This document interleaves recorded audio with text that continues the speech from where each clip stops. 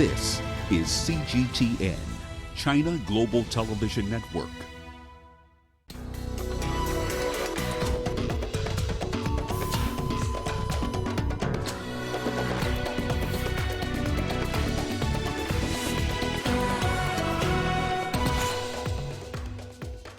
Desperate African migrants paying to get into Libyan detention centres. We found out why. World Health Organization welcomes the approval of Merck vaccine for Ebola control in the Democratic Republic of Congo. And Kenya joins list of countries vaccinating young girls against HPV that causes cervical cancer. Hello and welcome to Africa Live, only on CGTN. I'm Karen Roberts, live in Nairobi. Rama joins you now with all your business headlines. Thank you very much, Karen. Here's what's coming up in the course of the hour. There's deep frustration in Zimbabwe in the wake of a 60% hike in the price of bread. And South Africa released a long-awaited energy plan for the next 10 years, but coal is still very much king. We'll explore that and plenty more in the course of the hour. For now, though, let's start with the latest in current affairs with Karen. Thank you very much, Rama.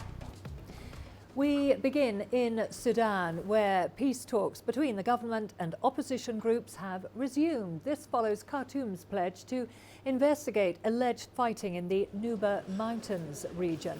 The Sudanese government is also in the process of withdrawing troops from opposition strongholds that were captured earlier on.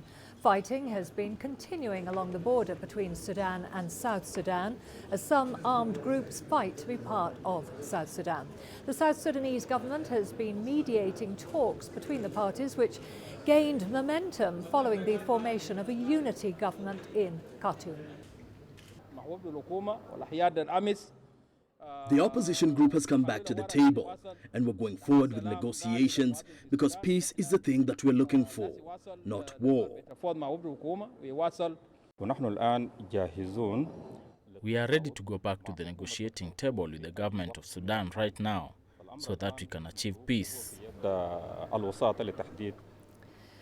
To some revelations now coming out of Libya. The United Nations High Commissioner for Refugees now says migrants in the North African nation are paying to be allowed into detention centres.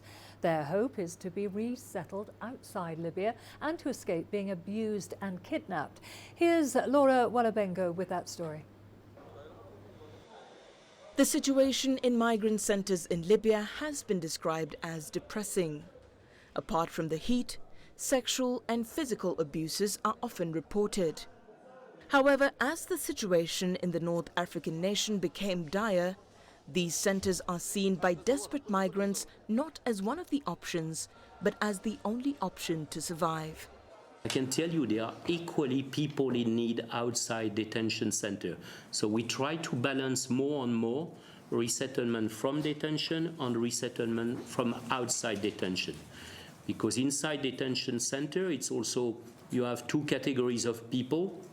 You have people who have been intercepted when they try to leave Libya by sea on boats, and they have been brought back to detention center. Since Eastern Commander Khalifa Haftar launched an offensive for Tripoli in April, migrants have not been spared. Those found outside migrant centers have been targeted, while others have been forced to fight for various militias. There are also those who have been kidnapped for ransom and tortured. But the July airstrike on the Tadura detention center in Tripoli, in which over 50 migrants were killed, exerted pressure on the international community to have migrants relocated. The hopes of being resettled in different nations is also making it attractive for hopeless migrants to even pay to be allowed into detention centers. Sometimes they feel better protected in detention center than outside detention center because some nationalities outside detention center are targeted by human traffickers, are kidnapped, and then you have extortion, you have torture. So some people don't feel safe in many urban centers in Libya. So some of them prefer to be detained, even if the conditions are not good in those detention centers.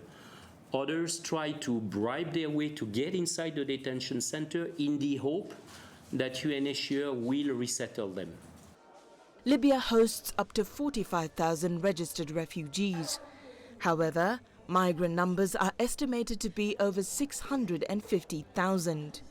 These are the migrants who survived boat accidents in the Mediterranean or were intercepted while attempting to cross the sea.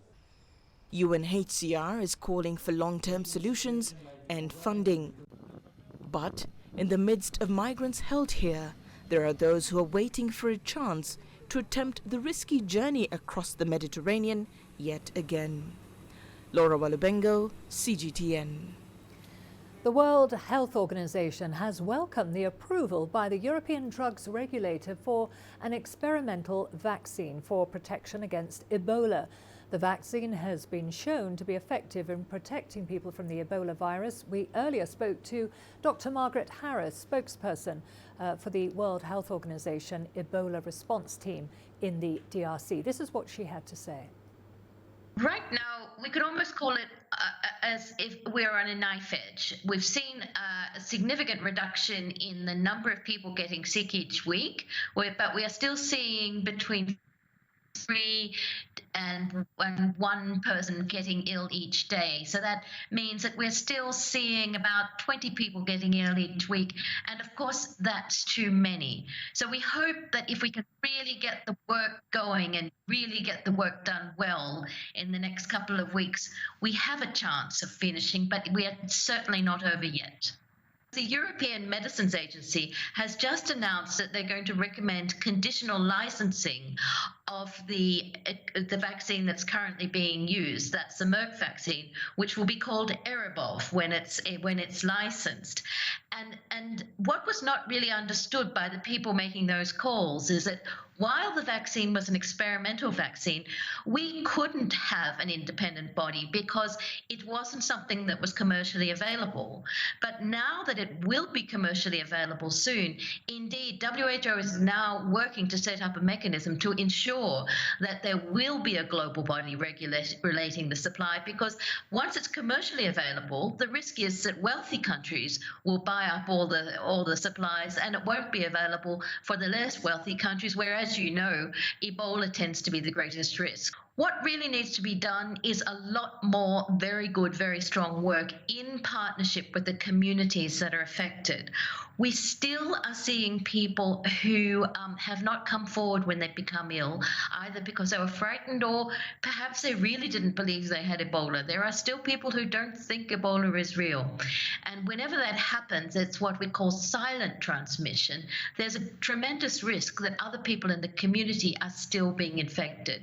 So there's an enormous amount of work to be done, but if the work's done well, we do believe we have a chance of finally getting this outbreak to finish. Uganda has started a 5-day national immunization campaign against measles, rubella and polio. The country has seen measles outbreaks in multiple districts over the past 3 years, and the World Health Organization reports that the African continent as a whole has witnessed a dramatic rise in the number of measles cases. CGTN's Isabel Nakiria reports. Uganda's jabbing out measles from children across the country. The vaccine will protect children from the highly contagious disease. I've been having a number of pupils, by the way, coming when they're having that measles, but what we do, we coordinate with the parents and then we send them to hospital for treatment. Measles spreads through the air and infects the respiratory tract. The symptoms are high fever, rashes, cough and red eyes. Uganda's Ministry of Health says the campaign will target more than 18 million children. Local council leaders and village health teams will move door to door and to schools to ensure all children receive the jab. Our measles vaccination coverage is about 85%, and so some of the districts that are really low in coverage always have these outbreaks coming up. And so the aim of this mass vaccination is to interrupt the current outbreak that has affected over 65 districts, but also control the sporadic cases of rubella that we continue seeing every now and then. The WHO recommends 97% coverage of immunization against measles.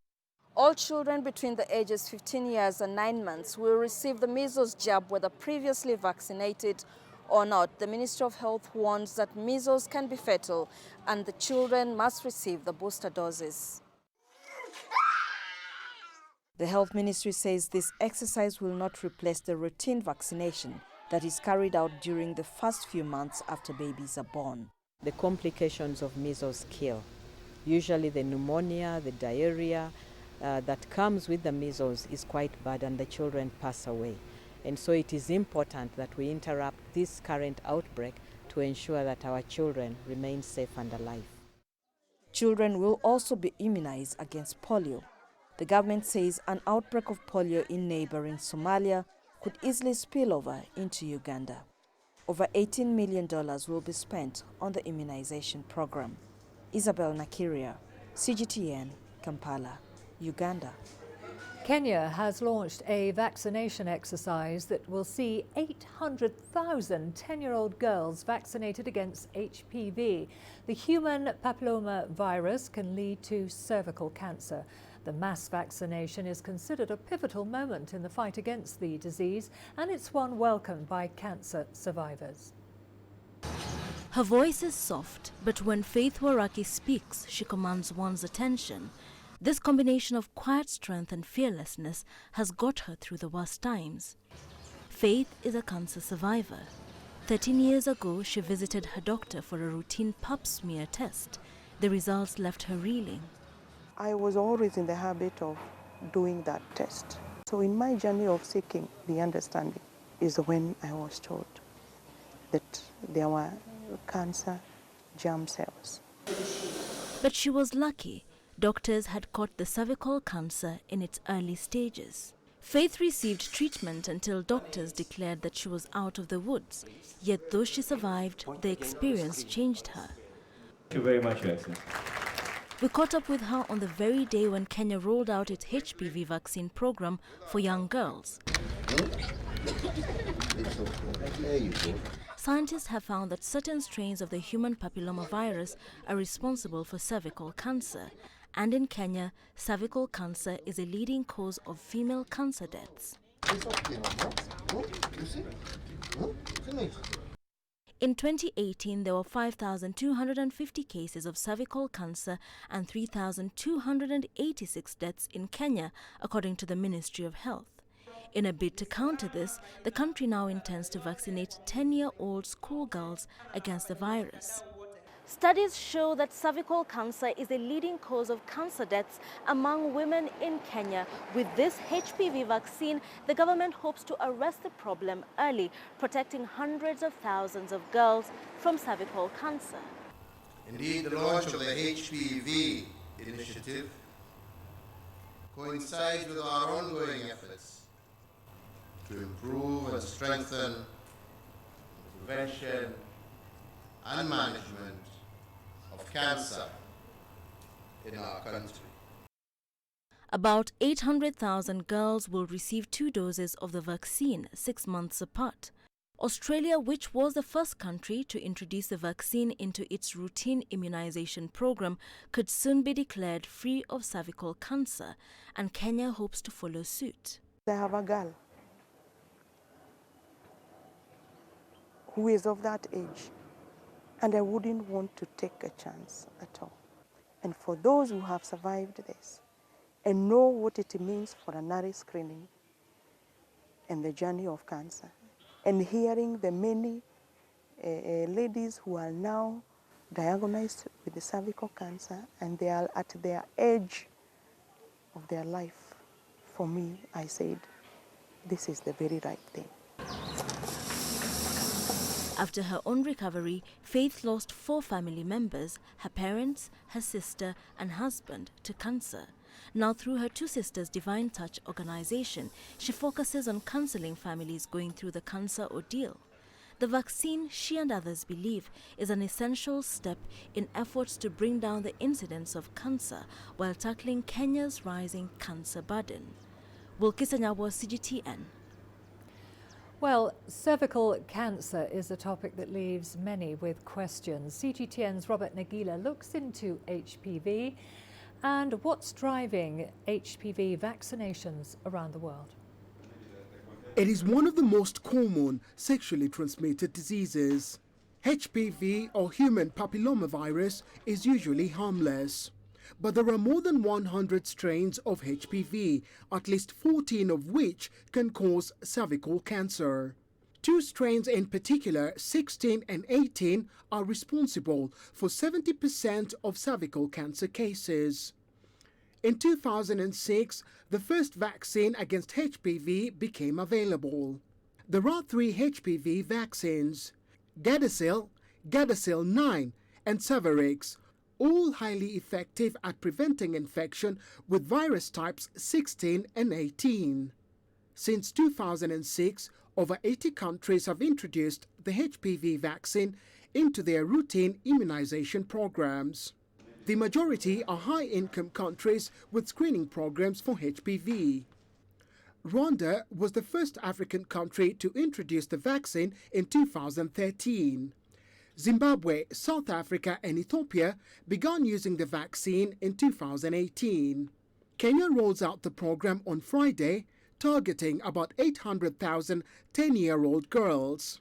They'll receive 2 doses of the HPV vaccine 6 months apart at about 9,000 public, private and faith-based health facilities countrywide.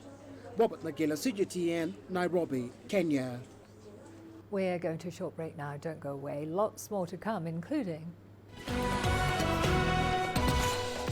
South Africa's Cape Town worried about threat of rising sea levels on the safety of coastal buildings. And Zimbabwe working with international partners to turn the tide on illegal wildlife trade. Images may appear to be identical, but looks can be deceiving. The difference is not always obvious. It has to be discovered. There are always different sides to a story. We put the focus on the details.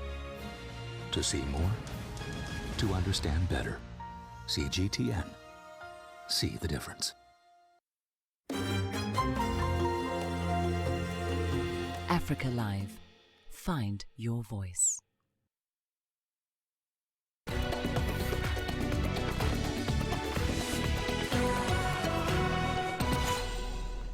To Ghana now, where activists participating at the Climate Change Summit in the capital, Accra, are urging African governments to step up efforts towards mitigating the effects of climate change. The continent is one of the most vulnerable to climate change, according to the Intergovernmental Panel on Climate Change. It's already experiencing severe drought affecting agriculture and leading to food insecurity. We looked at our development issues through the spectacle of climate change, because 30% of the emissions in Ghana comes from Accra, and 56% out of it comes from waste management. So how do we manage our waste in such a way that it will be all inclusive, it will be more participatory, and get everybody to be part of it? And that's the essence of engaging the informal sector. It's very important to develop a model of development for cities, big cities or middle cities, now, who permit to decrease CO2 emission, who permit adaptation to both, of course. And this meeting here in Accra with the Governor of Mayotte, with climate change, is to exchange best practices, to have new contact between stakeholders, to have more action, because at the end, if we want to decrease CO2 emission, we need more actions. Well, in South Africa, concerns are rising about the increasing damage caused by the effects of global warming to public and private property. Climate experts in Cape Town believe rising sea levels may see the need for people to move to higher ground. Authorities there are now attempting to mitigate the effects of rising levels by introducing coastal bylaws that prevent building too close to the sea. But will this be enough? CGTN's Travis Andrews has more on this. With ice melting in Antarctica at unprecedented levels, The threat posed by global warming is being felt in many parts of the world and in many ways, some more destructive than others. With just less than 7,000 kilometers separating Cape Town from the white continent, the mother city is already beginning to feel the effects of ice melts. And here, alarmingly, the sea levels are rising. That's according to climate experts, who have worked closely to find the best mitigation efforts suited for the Cape. The most important thing that we can do going forward is not to build new infrastructure that would be at risk, and so we're trying to set everything back. And as part of that, we've got what's called a coastal edge line in our municipal spatial planning framework, and that defines going forward a line beyond which we won't develop any further, and that gives us some buffer. Sea level rise and the resulting increased damage from storm surges will become increasingly destructive over time, with a sea level risk impact assessment of 6.5 meter storm surges pointing to close to $3 billion in property damage. The risk to municipal infrastructure can be even more damaging, especially to roads, stormwater facilities, and electricity supply. But the city will be implementing some immediate survival maintenance. Primarily what we have to build is what we call hard sea defenses, so they generally will be like a sea wall or a rock revetment, or the kinds of infrastructure that we no longer have the space left for natural systems, and we have to put in a hard coastal infrastructure to protect the coastal, what's already been built in that particular part of the environment. But experts say new data shows even a change in the direction of waves along the Cape's coastline is already having a negative impact, eroding certain sections of the coast. The city has spent just over $1 million so far funding their mitigation efforts, which seem like a minuscule amount within the broader scheme of things. But more money is expected to be spent on buffering the Cape from the full onslaught of rising sea levels. And there are other active measures that can be taken to alleviate its effects, at least in some part. We identify the potential for biological options. This can be sand dunes that are revegetated, kelp beds that are nurtured, which dissipate wave energy and provide a high degree of protection. And then probably most important, and this is what we identified as an appropriate point to start the city's response to sea level rise, is what we call socio-institutional responses, which essentially can be anything such as early warning systems, keeping people potentially out of the way of danger with coastal setback lines, or even effective property allocation. But more importantly, anticipating a future that will not look like the past, but instead involve higher sea levels, more encroaching, and more aggressive storm surges. Travis Andrews, CGTN, Cape Town. Well, the city of Cape Town has been highlighting its earthquake readiness as it commemorates the 50th anniversary of the Tilbury disaster. It was the worst earthquake in South Africa's history. Disaster preparedness officials will rely on a number of highly trained personnel, specialized rescue units and high-tech equipment should an earthquake happen. Earthquakes may be uncommon in the Western Cape, but should the natural disaster hit, the responsibility to manage the crisis will fall to the city's emergency services, and they've been sharpening up their skills.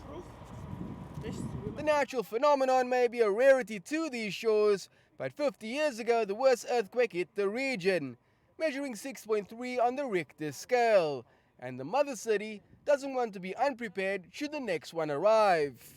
One of the things that we need to consider is protecting critical infrastructure when an earthquake happened. And what we're trying to showcase here today is the emergency response to earthquakes. So you can see here is all the emergency services, and also we're collaborating with other partners like the Gift of the Givers. We have our neighborhood watchers here, the NSRI. One key aspect in ensuring the ongoing functioning of critical infrastructure during and after the disaster is the ability to successfully withstand the impact of the disaster. The police, traffic officials and even NGOs working alongside the city will all have an important role to play in assisting rescue efforts. And while remote, Cape Town is not immune to the phenomenon as well.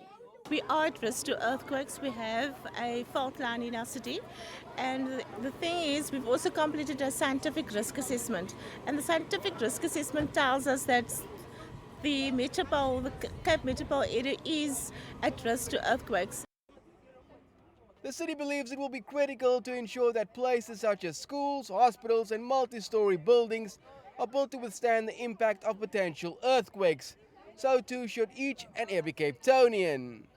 The city is not just relying on the expertise of their staff to keep Cape Town out of harm's way, they're also relying on some pretty advanced technology, such as an eye in the sky.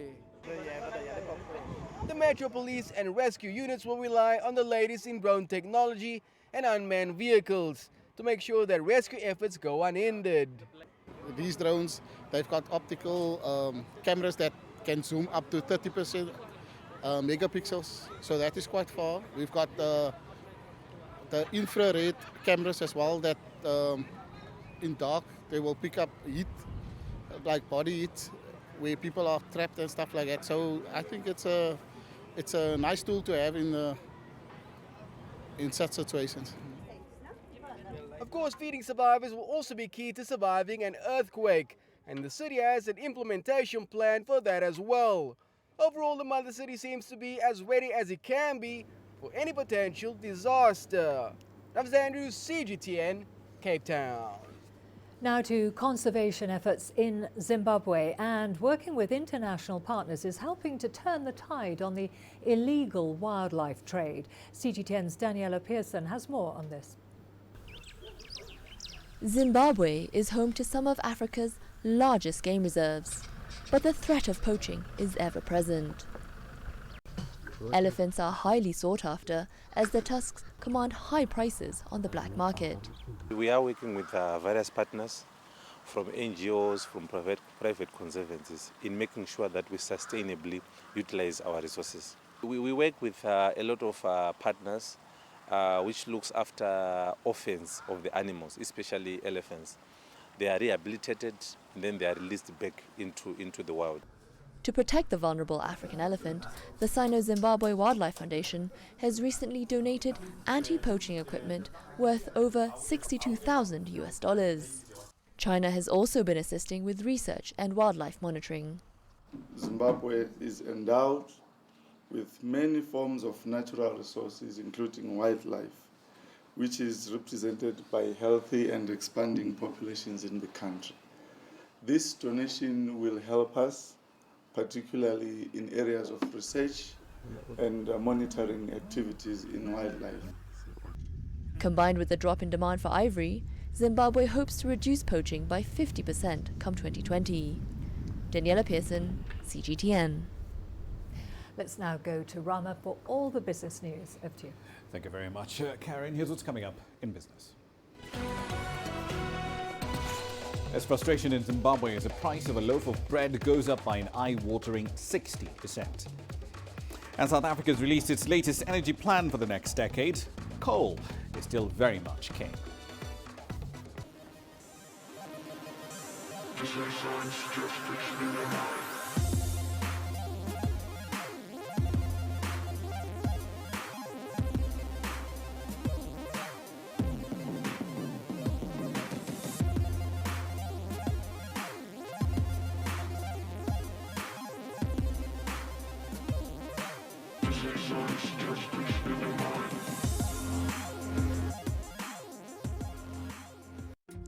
Africa is the nexus of enterprise, and global business will tell you why it matters. From the mega investment projects to multi-billion-dollar mergers and acquisitions. Africa today collects, just in terms of revenues from taxes alone, $545 billion a year. If you take 10% of that and you devote it to the energy sector, problem solved.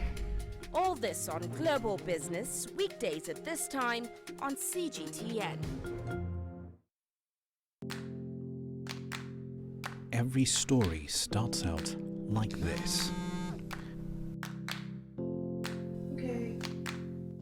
We'll head up now. But beyond the rush of the numbers, there's always a more fundamental question. What happened? Who has been affected? When market-moving decisions are made, who's responsible? And why? That's get some reaction on ground. Joining us in Johannesburg is Sumitra Naidu.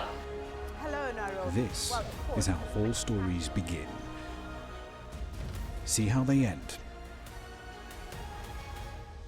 Only on Global Business.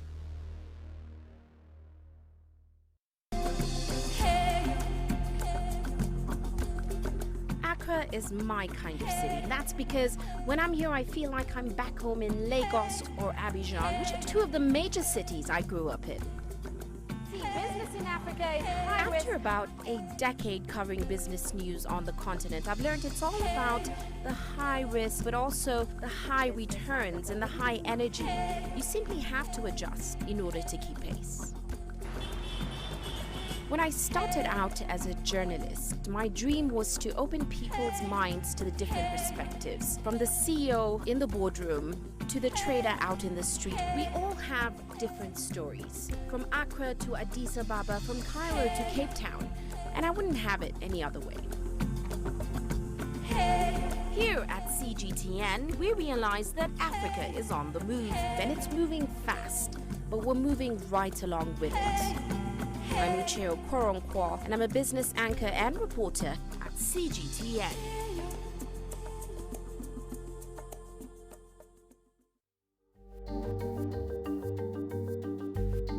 Africa Live. Find your voice.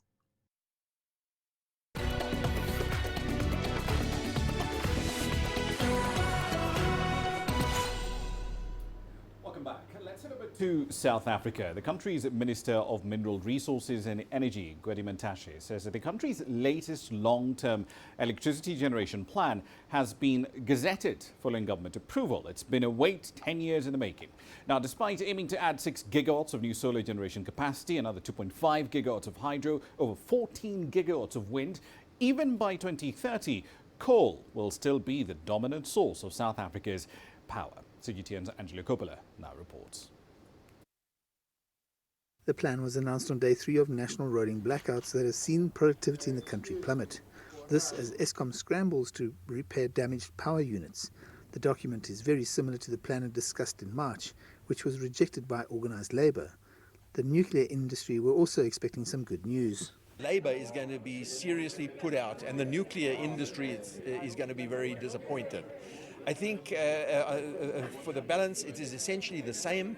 There's a significant amount of renewable energy in the form of wind, solar PV, gas, battery storage, and small-scale embedded generation. Part of the announcement around the energy plan is a call for an urgent request for information to provide emergency electricity quickly to fill the gap that's caused the latest round of load shedding. We have Eskom as a sole supplier at the moment. We are diversifying our markets. In so doing, as Minister is saying, in everything you do, you must be systematic. You can't just open up without having some restrictions on certain energy mixes. So you need a strategic approach to deal with that. So that's what we're trying to do. That's why our regulatory framework must be flexible enough, but at the same time be systematic in how to cap where it's necessary. The electricity situation is becoming critical, and it's estimated that it's costing the country over $100 million a day in lost productivity and revenue. But the country is still keeping coal as the anchor resource for now. If we accelerate destruction of coal power station without a proper transition, we are going to have an energy disaster, because we're emotional in dealing with practical problems. Instead of relaxing, deal with the problem, address them, move systematically step by step. If we don't do that, we're going to have a disaster. We have another plan to deal with the electricity crisis in South Africa, and hopefully this one can be implemented properly so that we can avoid any more load shedding. I'm Angelo Coppola for CGTN in Johannesburg, South Africa. Now on to our focus stories. This one in Zimbabwe. Bread prices have gone up by 60% this week. As the country's second most consumed staple, these price hikes have caused quite the uproar, with most Zimbabweans saying that the commodity is now priced out of their reach. A loaf of bread now costs about 15.25 Zimbabwean US dollars. That's roughly 97 US cents in today's exchange rates. CGTN's Farai Makutuya has the details. Recently, supplies have been short as bakers held out for an increase, citing escalating production costs. Now that it's been affected, bread is readily available again, but unaffordable for many. For someone who is working, maybe a doctor, maybe a teacher, he cannot afford bread because automatically their pay is below par.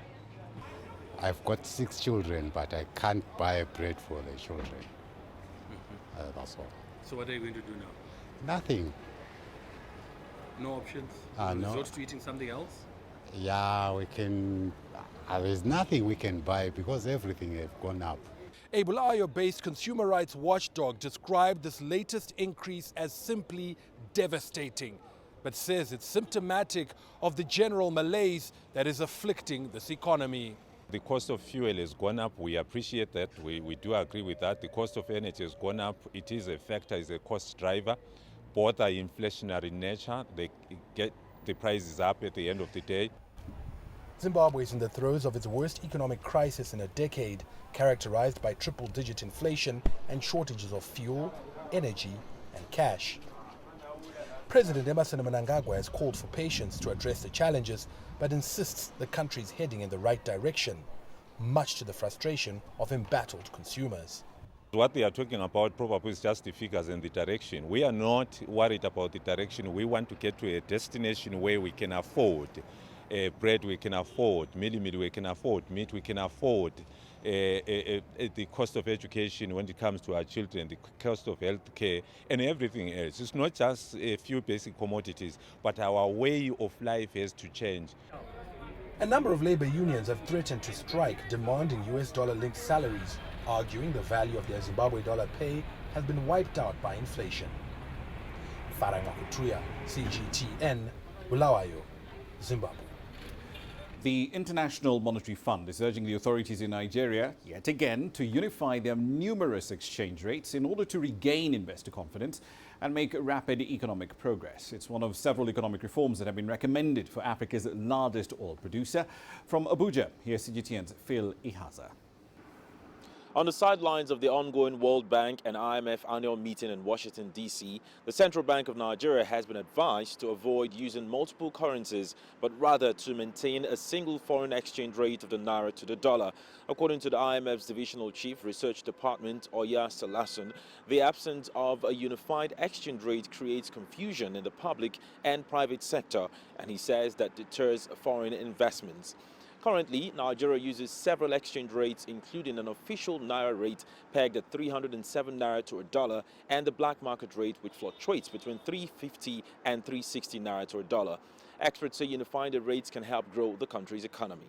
I believe the government should allow the rate to float in the market. The forces of demand and supply should also operate. There's no way the rate will not come to an equilibrium at the end of the day. And this will give many investors an idea of what the rate actually is. And we have a lot of investment coming into the country. Amnoya is an economic analyst and a financial consultant in Abuja. He says Nigeria will need to produce more than it imports to strengthen the naira and reduce its demands for foreign exchange. We need to increase our productive capacity in this country. We need to have at least local production of basic items, so that this thing can replace our import dependency. It's definitely going to improve the naira, and the exchange will be stabilized. The Central Bank of Nigeria in July this year said floating the naira could bring more hardship to millions of poor citizens, as it could mean the naira would lose value at the market. The central bank has always maintained that it would have to continue its intervention in determining the country's exchange rates and at different levels in order for the naira to maintain steady rates at the exchange market. Phil Ihaza, CGTN, Abuja. We're still in Africa's largest oil producer. President Muhammadu Buhari has ordered an audit of the organization set up back in the year 2000 to develop the oil-rich but still stubbornly poor and restive Niger Delta. It's a key oil-producing area for the country. Now, despite the Niger Delta Development Commission, the NDDC as it's more commonly known, having been at work for nearly 20 years, it has precious few results, if any, to show for the time and money that Nigerian taxpayers have given it. Buhari's office said on Thursday that the audit will cover nearly the entire history of the NDDC from 2001 to 2019. The statement came after a visit to the presidential villa, Asorok as it's known, by governors of the states that make up the commission. Mr. Buhari said he would wait for the audit's results before taking further action. And authorities in the continent's second largest oil producer, Angola, hope that wide-ranging economic reforms will make it easier and hopefully profitable for them to sell stakes in key state-owned enterprises. That includes stakes in the state oil firm Sonangol and a 28% stake in Puma Energy and more than 100 other firms in the portfolio. Puma Energy is Angola's joint venture with the commodities trading firm Trafigura, and for potential investors, it's among the most interesting assets on offer. That's partly because of the lower level of expertise and complications needed to run retail, fuel and storage operations across multiple countries compared to managing upstream oil assets and all the headaches they come along with. But Puma also has been on its own asset selling spree and a restructuring drive too. It's designed to turn around weak margins and lower its debt levels. Africa's second largest oil exporter is in a rush for cash as it struggles to cope with relatively low and volatile crude prices, slumping output and years of mismanagement that left Sonangol bloated and inefficient. We'll leave it there for the time being, but I'll be back at the top of the hour. In Global Business, we'll be live in Washington for the latest from the ongoing spring meetings of the World Bank and the IMF. And of course, the latest forecasts for growth right across Africa are going to be coming out in the next hour as well. That should make for very interesting reading. We'll talk at 1800 GMT. For now, back to Karen. Thank you very much, Rama. We are going to a short break. Don't go away. Lots more to come, including a group of artists changing Tanzania's landscape with art created from scrap metal.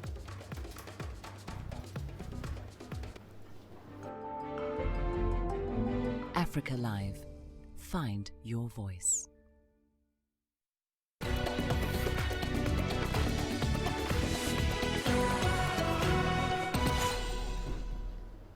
In Tanzania's Dar es Salaam, it's impossible to miss eye-catching wildlife installations at roundabouts and parks. The metal artworks are created from waste and scrap. CGTN's Daniel Kijo now reports. Giving life and beauty to what was once waste. The Liche Art Garage team creates works of art using metal from cars, motorbikes, bicycle chains, cutlery, and other leftovers of written-off items. I look around at plants, humans, and animals, the way they live. When I get inspiration, even if it's on the road, the next day I have to make it. The group met in 2004 and formed Wonder Welders to recycle waste metal to art. Later, the group renamed itself Liche Art Garage and now produces sculptures of animals and other items that are put on display in various parts of the city. One way to make a city more beautiful is to reduce waste. These men have found a creative way just to do that, turning scrap metal into works of art. They are changing the views of the city as well as their own lives. They get scrap metal from construction companies and residents around the city who collect and deliver to the workshop for free. The group also earns an income by selling the artwork and getting assignments to make pieces for clients. It's beautiful. Scrap metals used to be seen as garbage, but now it's beautifying this area. Personally, I think it's really beautiful. If only they did this in all roundabouts, it would be amazing. So far, the team has 8 workers who are fully trained in the use of welding equipment. They say they hope to keep recruiting so more disabled people can be employed and Tanzania can be made more beautiful. Daniel Kijo, CGTN, Dar es Salaam. In Nigeria, Olalekan Kuyoro is a unicycle coach running a unique after-school club. His pupils learn juggling, skipping and various other tricks on their one-wheeled cycle. CGTN's Daniela Pearson has more. It's a skill rarely seen on the streets of Nigeria. 29-year-old Olalekan Kuyoro is the mastermind behind the God Knows Best Unicycle Academy. But he says it's tough to convince parents to let their children try out the unicycle. People really don't know what it is, like a broken bike. So they're like, what's the future for this thing? I'd rather put my child in football academy rather than doing this thing. I started here 2014 with a child, Joshua by name. So he was 7 then, like 7-year-old boy. And I was amazed that this unicycle of a thing took me a month to ride, and a 7-year-old boy could just do it easily. The school is self-funded and classes held in Kuyuro's suburban driveway. Each unicycle costs around $23 and requires regular maintenance. To fund their cycles, costumes, and sometimes even food, the kids perform wherever they can. I've been riding unicycle for the past 4 years because I like unicycle because it's a new sport. People don't actually do it very much. So it looks new to people when they see it with us. Kuyuro says the daily rehearsals are one way to keep his pupils out of trouble. Even at their age, they are doing funny things because they are from the streets. So this actually, what they are doing now is they are channeling their energy towards productive things instead of doing funny things. So far, Kuyuro has trained over 40 children. As a testament to their skill and dedication, the school's Instagram account boasts more than 16,000 followers. Daniela Pearson, CGTN. According to a United Nations report, around 1 in 3 young people across 30 countries have been bullied online, while 1 in 5 have skipped school because of it. With a rapid growth of internet population in Nigeria, experts are now calling on the government to put measures in place to tackle the issue of cyberbullying. Our correspondent, Phil Haza, reports now from Abuja. 21-year-old Vivian is a victim of cyberbullying. She didn't want to reveal her real name. She had to drop out of university 2 years ago, and since then, she's been struggling to live a normal life. My ex-boyfriend, who had nude pictures of me, blackmailed me. And when I refused to yield, he posted them on social media. I am constantly being mocked by my friends and family, which traumatizes me to the point of contemplating suicide. At least 120 million Nigerians, mostly young people, have access to the internet and social media, according to the Nigerian Communications Commission. As more people have access to the internet and social media, cases of cyberbullying, including stalking, trolling, and misuse of victims' personal information, are increasing.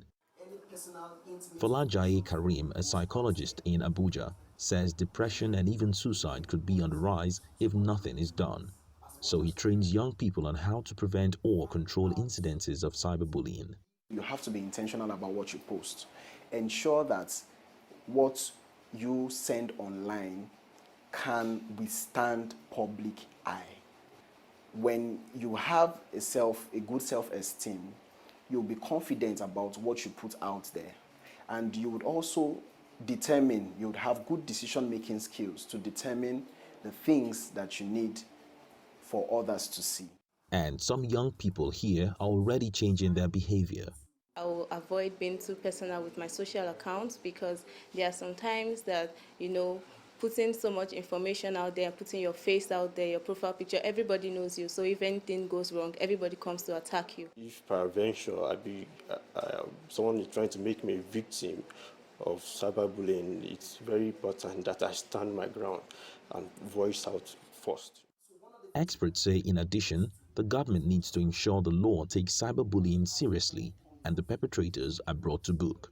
People need to be sure that if they find themselves as victims, that there are laws that can guide them. That assurance alone will help them to seek help early enough. And then when perpetrators are caught, it is impossible that there are stringent punishments that will serve the public as public notice to those who contemplate carrying out such. The aim is that stricter laws could prevent other young Nigerians suffering what happened to Vivian. Experts say making young people more aware that cyberbullying is a serious criminal offense could help cut the number of cases and improve mental health. Phil Ihaza, CGTN, Abuja. All the sports news coming up for you after the break, including we tell you about the ITF tennis competition